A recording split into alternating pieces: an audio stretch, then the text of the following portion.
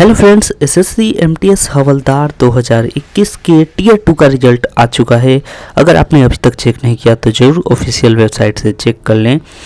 आज हम लोग इस नोटिस में दिए हुए कुछ इम्पोर्टेंट बातों को समझेंगे और किन किन चीज़ों की ज़रूरत पड़ेगी डीवी के टाइम, उसे भी जानने का कोशिश करेंगे। देखिए, सबसे पहले अगर बात करें तो इस बार कट ऑफ काफ़ी हाई गया है।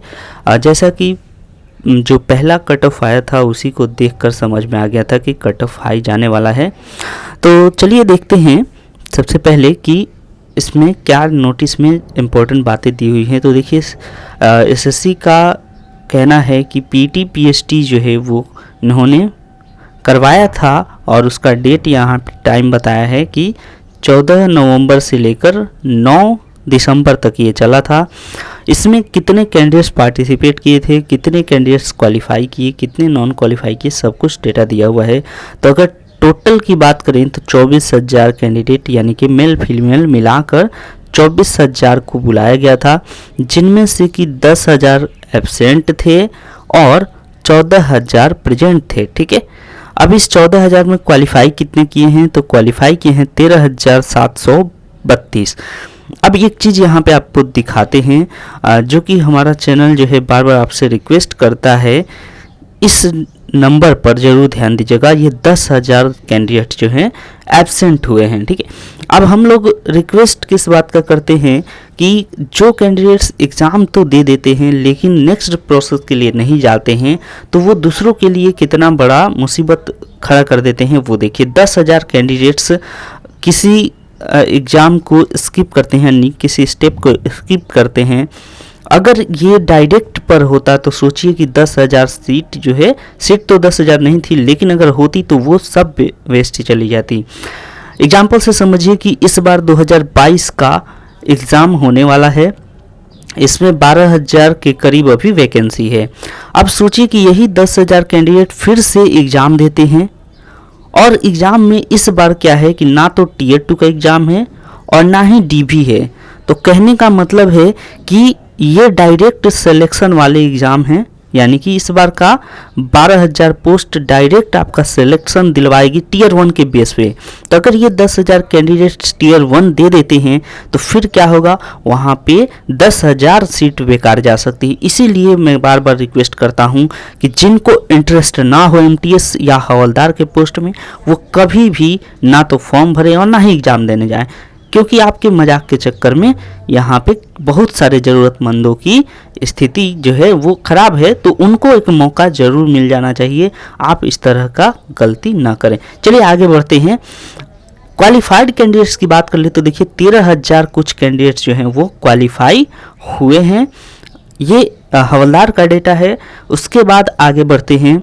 अब यहाँ पे एक चीज़ है जो क्वेश्चन पूछा जा रहा है कि विथ हेल्ड क्या होता है और टेम्पररी अनफिट क्या होता है। देखिए, विथहेल्ड का मतलब है कि ये कैंडिडेट्स जो हैं आगे प्रोसेस के लिए जाएंगे। ठीक है, इनको अभी किसी कारणवश रोका गया है। रोका मतलब कि इनको मौका दिया जाएगा फिर से कि आप जो भी रिक्वायरमेंट थी हवलदार की उसको पूरा करिए। अब इसमें क्या एग्जाम्पल समझ सकते हैं, देखिए जैसे कि यहाँ पे एक फीमेल कैंडिडेट को रोका गया है, इनको विथहेल्ड यानी कि रखा गया है इनका रिजल्ट को साइड में कि आपका बाद में प्रोसेस क्लियर करवाया जाएगा। अब ऐसा क्यों हो सकता है? इसका नोटिफिकेशन में एग्जाम्पल था कि अगर किसी कोई महिला है और वो प्रेग्नेंट है तो उस समय उनको चलने में दिक्कत होगी, तो उनके डिलीवरी के बाद, ठीक है, उनकी डिलीवरी के बाद उनको जो ये प्रोसेस है हवलदार का वो करवाया जाएगा कंप्लीट। तो इसका मतलब है कि उनको विथहेल्ड कर दिया जाएगा कि अभी आपका रिजल्ट जो है, यानी कि आपका प्रोसेस, इस प्रोसेस को रोका जा रहा है। आप जब फिट हो जाएंगे, यानी कि जब आप उस कंडीशन में आ जाएंगे, तो फिर आपको ये प्रोसेस आपका पूरा करवाया जाएगा। ठीक है, और टेम्पररी अनफिट का मतलब है कि इनको भी कुछ ना कुछ अभी अनफिट है और इनको टाइम दिया जाएगा। अगर आपने अपने आप को ठीक कर लिया तो फिर आपको आगे प्रोसेस के लिए बढ़ाया जाएगा। ठीक है, तो ये था इन सब का मतलब। आगे बढ़ते हैं। देखिए, अब यहाँ पे इम्पोर्टेंट ये है कि कट ऑफ, जो फाइनल कट ऑफ आएगा वो किस तरह पे किस बेस पे आएगा। ठीक है, देखिए हम लोग जानते हैं कि पेपर 1 के बेस पे जितनी भी कट ऑफ तैयार हो रही है वो पेपर 1 के बेस पे। उसके अलावा प्रेफरेंस ऑफ स्टेट्स, आपने कौन कौन से स्टेट को प्रेफरेंस दिया है, ओके। और टीयर 2 का मार्क्स जो है यहाँ पे 20 मार्क्स फिक्स किया गया है यूआर के लिए, और बाकी कैटेगरी के लिए 17.5 मार्क्स।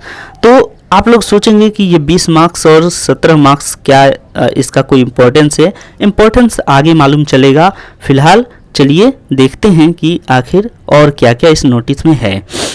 देखिए अब यहाँ पे पेपर 2 जो लिया गया था एमटीएस और हवलदार दोनों की पोस्ट के लिए, और उसमें जो कैंडिडेट सेलेक्ट किए गए हैं उनको डीवी के लिए बुलाया गया है। तो आपको भी 3 लिस्ट मिले होंगे, जिसमें कि एक में एमटीएस का कैंडिडेट्स का नाम है, दूसरा में हवलदार सेलेक्टेड कैंडिडेट्स का नाम है, और तीसरा विथहेल्ड है, यानी कि उनका भी प्रोसेस चलेगा लेकिन फाइनल तक कुछ प्रोसेस और भी उनके बाकी रहेंगे, तो उनको क्लियर करवाने के बाद ही फाइनल ज्वाइनिंग दी जाएगी। ठीक है, चलिए अब यहाँ पे एक और चीज़ है कि 18 से 25 और 18 से 27 के एज ग्रुप वालों के लिए क्या है। अगर कोई कैंडिडेट्स जो कि मान लेते हैं 90 लाया है और उसका 18 से 25 वाला एज और 18 से 27 वाले एज का, ठीक है, 27 वाले एज दोनों का कट ऑफ जो है वो 88 गया है, ओके। तो ये कैंडिडेट किस में क्वालिफाई करेगा? तो अगर मान लेते हैं ये कैंडिडेट 24 साल का है तो ये 25 वाले में ही जाएगा, इसमें नहीं जाएगा, ठीक है। 27 वाले एज ग्रुप में इनको नहीं भेजा जाएगा। क्लियर? चलिए, तो दोनों में ही बनेगा, लेकिन जो लोग 26 साल के हैं या 25 साल से ऊपर हैं उनको केवल 18 से 27 में ही मौका मिलेगा। ठीक है, चलिए नेक्स्ट आते हैं। उसके बाद देखिए पोस्ट ऑफ द एमटीएस। हाँ, एक चीज़ और है कि एमटीएस और हवलदार दोनों के लिए सेपरेट इस बार लिस्ट निकाला गया है, यानी देखिए सेपरेट लिस्ट है, और हो सकता है कि कुछ कॉमन कैंडिडेट्स हों जो दोनों लिस्ट में हों, ये बिल्कुल पॉसिबल है। तो ऐसे में क्या होगा, जिन लोगों का नाम आ चुका है उनका बहुत हद तक चांस है कि सिलेक्शन हो जाएगा। ठीक है, आपके अगर 1 से 2 मार्क्स भी ज़्यादा हैं तो आपका चांसेस है, ठीक है, सॉरी परसेंटेज नहीं, 1 से 2 मार्क्स भी अगर ज़्यादा हैं तो फिर आपके बहुत हद तक चांस है कि आपका सिलेक्शन हो सकता है। कारण क्या है इसके पीछे? क्योंकि एमटीएस में भी कैंडिडेट्स जाएंगे, हवलदार में भी जाएंगे, दोनों में सेलेक्टेड हैं, तो किसी एक में उनको ज्वाइन करना होगा। और बहुत हद तक, और इस बार देखें आप हवलदार में कि कट ऑफ जो है बहुत कम बढ़ा है। एमटीएस का तो हाई गया है, एमटीएस का तो थोड़ा सा छलांग मारा है, और हो सकता है कि जो है फाइनल में एमटीएस का 2 से 4 मार्क्स बढ़ जाए। ओके, फाइनल में 2 से 4 मार्क्स एमटीएस का भी और बढ़ने की उम्मीद है, लेकिन हवलदार वाला उम्मीद है कि 1 से 2 मार्क्स ही बढ़ेंगे फाइनल के लिए, अब इससे ज़्यादा बढ़ नहीं पाएगा, ऐसा उम्मीद है। ओके, तो इस तरीके से कुल मिला लें तो एमटीएस का 2 से 4 मार्क्स अभी भी बढ़ सकते हैं फाइनल के लिए, और हवलदार वाला 1 से 2 मार्क्स और बढ़ेगा। अब देखिए यहाँ पे कितने कैंडिडेट्स को बुलाया गया है डीवी के लिए। तो पहली बात है कि 14,000 कैंडिडेट्स एमटीएस में बुलाए गए हैं। दूसरा, हवलदार के लिए 12,185 कैंडिडेट बुलाए गए हैं। तो इसमें कॉमन कैंडिडेट्स बहुत से मिलेंगे, हो सकता है कि 8 से 10,000 भी कॉमन हो, तो कुछ भी पॉसिबल है। फिलहाल आगे बढ़ते हैं, जो भी हो अभी इसका क्लियर डेटा नहीं है कि कितने कॉमन हैं, लेकिन जितने कॉमन ज़्यादा होंगे उतने फ़ायदे होंगे बाकी कैंडिडेट्स का जिनका नाम आया है। अब एक चीज़ यहाँ पे देखिए, रेजोल्यूशन ऑफ टाई ये कैसे होगा और किस कंडीशन में होगा। टाई का मतलब जब 2 कैंडिडेट्स का मार्क्स सेम आ गया, जैसे एक कैंडिडेट है जिनका कि 85 मार्क्स है, ओके, और दूसरा कैंडिडेट है उनका भी 85 मार्क्स है। अब इन दोनों में क्या हुआ, टाई हो गया है, यानी पेपर 1 में 85 और इनका भी पेपर 1 में 85। तो अब क्या दोनों का सिलेक्शन होगा? एक ही सीट है, ठीक है। चलिए हम लोग चलते हैं नागालैंड में। मान लेते हैं कि नागालैंड में एक सीट है, और इस एक सीट के लिए दोनों कैंडिडेट्स का जो मार्क्स है वो 85 है। फिर सिलेक्शन कैसे होगा? तब फिर यहाँ पे टीयर 2 का मार्क्स देखा जाएगा कि आपने पेपर 2 में कितना मार्क्स लाया है। अब चलिए पेपर 2 का मार्क्स भी मान लेते हैं कि इस कैंडिडेट का आया है 30, इसका भी आया 30। ओके, यहाँ पे भी टाई हो गया। फिर अब क्या होगा, अब होगा कि पेपर 4 यानी कि जीके का मार्क्स जो है वो देखा जाएगा कि आपने जीके जीएस में कितना लाया है। तो यहाँ पे मान लेते हैं कि इन कैंडिडेट ने 15 लाया है और इन्होंने 18 लाया है, तो फिर यहाँ पे सिलेक्शन किसका होगा, सेकंड वाले कैंडिडेट का, क्योंकि यहाँ पे जीके में मार्क्स ज़्यादा है। अगर मान लेते हैं कि ये 15 था जीके में भी, तब फिर क्या होगा, तब ये तीसरा वाला अप्लाई किया जाएगा, यानी कि जो एज में ज़्यादा बड़े होंगे उनको पहले प्रेफरेंस दिया जाएगा। और उसके बाद एक और लास्ट है कि अगर एज भी इक्वल निकल जाता है तो फिर नाम का अल्फ़ाबेट ऑर्डर चेक किया जाएगा। ठीक है, तो ये 4 कंडीशंस थे यहाँ पे टाई को सॉल्व करने के। इसीलिए हमने कहा कि टियर 2 का मार्क्स इंपॉर्टेंट है, क्योंकि बहुत से कैंडिडेट होंगे जो सेम मार्क्स आए हों। 85 कट ऑफ गया है अगर, तो बहुत से कैंडिडेट होंगे जिनका 85.03, 03, 03, इस तरीके से बहुत सारे कैंडिडेट का एक ही मार्क्स मैच कर रहा होगा। अब ऐसे में जो अच्छा लिखा होगा टियर 2 में उसको पहले प्रेफरेंस मिलेगा। इसीलिए टियर 2 के एग्ज़ाम को भी इम्पोर्टेंस देना चाहिए था, और जिन्होंने नहीं दिया होगा उनका रैंक जो है कम चला जाएगा। ठीक है, तो ये इम्पोर्टेंट था।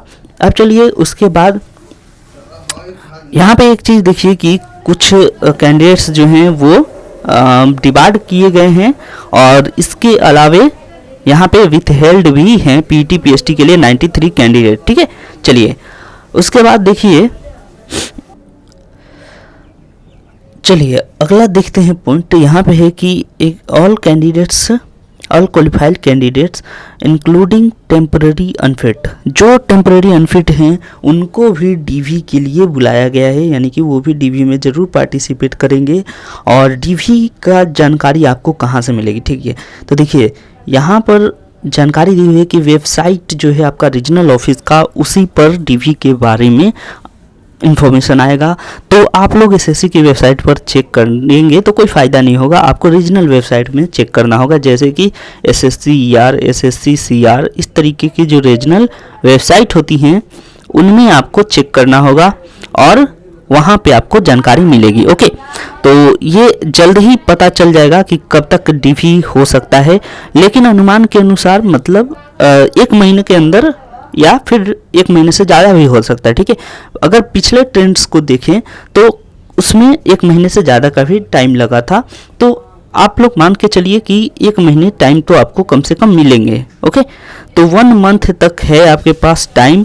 अब इसमें इम्पोर्टेंट है कि डॉक्यूमेंट्स क्या क्या ले जाना है और कौन कौन से डॉक्यूमेंट्स की ज़रूरत पड़ती है, तो इसको लेकर ऑलरेडी चैनल पर कई सारे वीडियो बने हुए हैं। DV related 3 videos, important videos पहले से बना हुआ है, तो आप लोग उनको ज़रूर देख लीजिएगा। और कुछ और इन्फॉर्मेशन चाहिए तो कमेंट्स करिएगा, अगर समय मिलता है तो मैं कोशिश करूँगा कि वीडियो लाऊं। अभी समय का बहुत ज़्यादा दिक्कत चल रहा है, बिल्कुल समय नहीं मिल पाता है कि वीडियो लाया जाए, इसीलिए थोड़ा सा उसके लिए माफ़ी चाहेंगे। चलिए आते हैं अगले पॉइंट पर। देखिए, आपको ये सारी चीज़ें जब मालूम हो गई तो एक इम्पॉर्टेंट और बात समझ लीजिए कि मार्क्स आप कैसे देख सकते हैं टियर 2 का। यहाँ पे क्वालिफाइड और नॉन क्वालिफाइड दोनों का कैंडिडेट्स का मार्क्स दिखाएगा, लेकिन कब से दिखाएगा तो 28 फरवरी 2023 से। ठीक है, ये बहुत लंबा टाइम है 28 फरवरी, तो लेकिन 28 फरवरी से आपका मार्क्स दिखाना शुरू कर देगा। आप इसको ऑफिशियल वेबसाइट से चेक कर सकते हैं, एसएससी का ऑफिशियल वेबसाइट से। ओके, 28 से लेकर इसको 14 मार्च तक आप देख सकते हैं। अब आते हैं कट ऑफ की बात कर लेते हैं। देखिए यहाँ पे कट ऑफ में क्या क्या जानकारी दिया हुआ है। तो एमटीएस पोस्ट के लिए ये है कट ऑफ, और यहाँ पे कुछ चीज़ें हैं पहले उन्हें समझ लेते हैं, जैसे कि मार्क्स पेपर 1। ठीक है, ये पेपर 1 का मार्क्स तो आप जानते हैं कि इस पर मेरिट बनेगा और इसी को बेस लेकर कट ऑफ आया है ये वाला। ठीक है, तो यानी कि इतनी मार्क्स तो होने ही चाहिए जिस भी कैंडिडेट्स को सिलेक्शन पाना है ईडब्ल्यूएस कैटेगरी से, तो इतना मार्क्स इनका होना चाहिए। और जो लोग इससे नीचे हैं वो डिस्क्वालीफाई हो चुके हैं, इससे ऊपर वाले सेलेक्ट हुए होंगे। अब पेपर 2 का मार्क्स ये 31 क्या लिखा है, देखिए पेपर 2 का मार्क्स का मतलब ये है कि जो लास्ट कैंडिडेट होगा, ओके समझिए एग्जाम्पल से कि कोई एक कैंडिडेट था जिसका 92 था और एक कैंडिडेट 91 और एक कैंडिडेट 90, ठीक है। यहाँ पे 92 वाला कैंडिडेट अगर 25 मार्क्स लाया है पेपर 2 में, 91 वाला मान लेते हैं 40 लाया है और 90 जो है जिसका वो 31 लाया है, ठीक है। देखिए 31, 90 वाला 31 लाया है, तो ये क्या डिस्क्वालीफाई है? नहीं। जो इसका 90 है वो 25 लाया है, यानी कि 20 से ज़्यादा, अगर यूआर की बात करें तो 20 से ज़्यादा लाया है, यानी कि ये भी क्वालिफाई। 91 लाया है वो 40 लाया है वो भी क्वालिफाई, और जो 31 लाया है वो भी क्वालिफाई हो रहा है। लेकिन यहाँ पे 31 वाले को ही क्यों लिखा गया है? क्योंकि ये लास्ट कैंडिडेट है जो कि 90 लाया है, यानी इसके बेस पर कट ऑफ बना है, ठीक है। इससे बाकी कैंडिडेट सब ऊपर हैं, ये कैंडिडेट सबसे लोएस्ट मार्क्स लाया है और इसी का जो पेपर 2 का मार्क्स है वो 31 है, इसीलिए यहाँ पे ये 31 दिखाया है। इसी तरह यहाँ पे आप देखेंगे कि जीके का मार्क्स 13.25 भी दिया है, तो इसका मतलब भी वही है कि जो लास्ट कैंडिडेट है जिसके बेस पे कट ऑफ बना है, जिसको बेस मान के कट ऑफ बनाया गया है, तो वो कैंडिडेट्स का मार्क्स जीके में 13.25 आया है, ठीक है। और उसी का यहाँ पे डेट ऑफ बर्थ भी दिया हुआ है, तो ये आप लोगों को कंफ्यूजन नहीं होना चाहिए कि ये सब क्या दिया है। समझ में आया? बातें क्लियर हो गई? चलिए, तो ये सब क्यों दिया है आखिर? देखिए जैसा कि हमने पीछे एक कारण बताया कि पहले तो आपका अगर 31 है, अभी यहाँ पे एक और कन्फ्यूजन हो सकता है कि जिसके पेपर 2 में मार्क्स हैं क्या उसको ज़्यादा प्रेफरेंस मिलेगा? देखिए प्रेफरेंस तब मिलेगा जब आपके मार्क्स इक्वल होंगे, 90 है और 90 है, तब आपको जिनका ज़्यादा होगा उसको प्रेफरेंस मिलेगा। लेकिन किसी के 95 हैं और उसका अगर मान लेते हैं कि 25 था और आपके 90 हैं लेकिन 35 हैं, ठीक है, टीयर 2 में, तो क्या आपको प्रेफरेंस मिलेगा? नहीं, प्रेफरेंस तो इसी को मिलेगा क्योंकि पेपर 1 में अच्छा किया है ना, तो पेपर 1 के बेस पे बना है। लेकिन अगर टाई होता तब फिर पेपर 2 वहाँ पे देखा जाता, तो ये मार्क्स उसी को लेकर है, वैसा और कुछ खास इसमें है नहीं, ठीक है। अब चलते हैं कि एक बार कट ऑफ देख लेते हैं। सबसे ज़्यादा जो कट ऑफ गया है वो है बिहार का, ठीक है।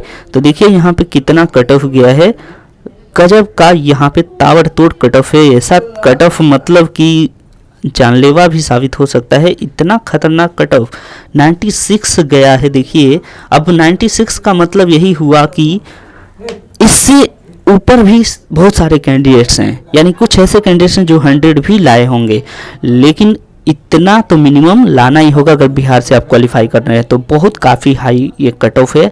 और अब इससे कम तो होगा नहीं, उम्मीद है कि 1-2 मार्क्स बढ़ ही जाए, ठीक है। तो ये था बिहार का कट ऑफ जो कि बहुत हाई है। और इसके अलावे बाकी भी स्टेट, यूपी की भी बात कर ले तो यहाँ पे भी कट ऑफ काफ़ी हाई गई है। और सबसे लो कट ऑफ कहाँ गया है तो चलिए उसको देख लेते हैं। सबसे लो कट ऑफ गया है केरल का, और केरला में कितना गया है ये जान लेते हैं फटाफट। देखिए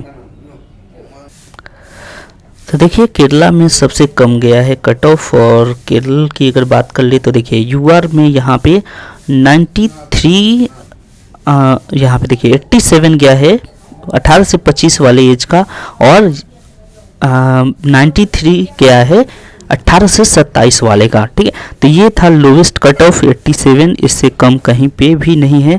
और हो सकता है अगर कहीं कम गया हो, ऐसा हो सकता है क्योंकि मैंने थोड़ा सा इसको जल्दी में देखा है, तो अगर कुछ और कहीं कम गया है तो ज़रूर आप लोग इन्फॉर्म कर दीजिएगा। आगे आते हैं, अगर हवलदार की बात करें तो यहाँ पे देख लीजिए, यहाँ पे भी हवलदार में भी कट ऑफ काफ़ी है, यानी कि तो पहले से ही ज़्यादा था, लेकिन जो इस बार का कट ऑफ आया है उसमें थोड़ा सा इंक्रीज किया गया है। और सबसे लोएस्ट कट ऑफ की बात करें तो इसमें तमिलनाडु है शायद, चेन्नई का। तो देखिए चेन्नई का यहाँ पे कट ऑफ जो है यूआर का 86.35 गया है, ओके। तो ये था लोवेस्ट कट ऑफ। और बाकी लिस्ट में आप देख सकते हैं आपने कौन सा स्टेट प्रेफरेंस और कौन सा CAA को प्रेफरेंस दिया था, तो उसके अकॉर्डिंग आप अपना चेक कर सकते हैं। दोस्तों ये हार जीत का खेल है। उम्मीद करते हैं कि जिनका सिलेक्शन नहीं हुआ उनका अगले एग्ज़ाम में ज़रूर सिलेक्शन हो जाएगा। तो आप अपनी मेहनत को बढ़ा दीजिए और जो लोग सेलेक्टेड हैं वो आगे के प्रोसेस के लिए तैयारी करें। और किसी तरह का कुछ और हेल्प चाहिए तो आप लोग बता सकते हैं। अगर मुझसे जब भी समय होगा कोशिश करूंगा आपकी मदद करने का। और समय के अभाव के कारण थोड़ा सा अभी दिक्कत हो रहा है, वीडियोस नहीं आ पा रहे, तो थोड़ा सा आप लोग को दिक्कत है। तो आप जो प्रीवियस वीडियोस हैं उनको देखिए, कट ऑफ DV के लिए अलग से वीडियोस बनाए गए हैं, तो उनको देख लीजिए, आपके डाउट्स बहुत हद तक क्लियर हो जाएंगे। चलिए मिलेंगे किसी और वीडियो के संग, तब तक के लिए अपना ख्याल रखें। Thank you.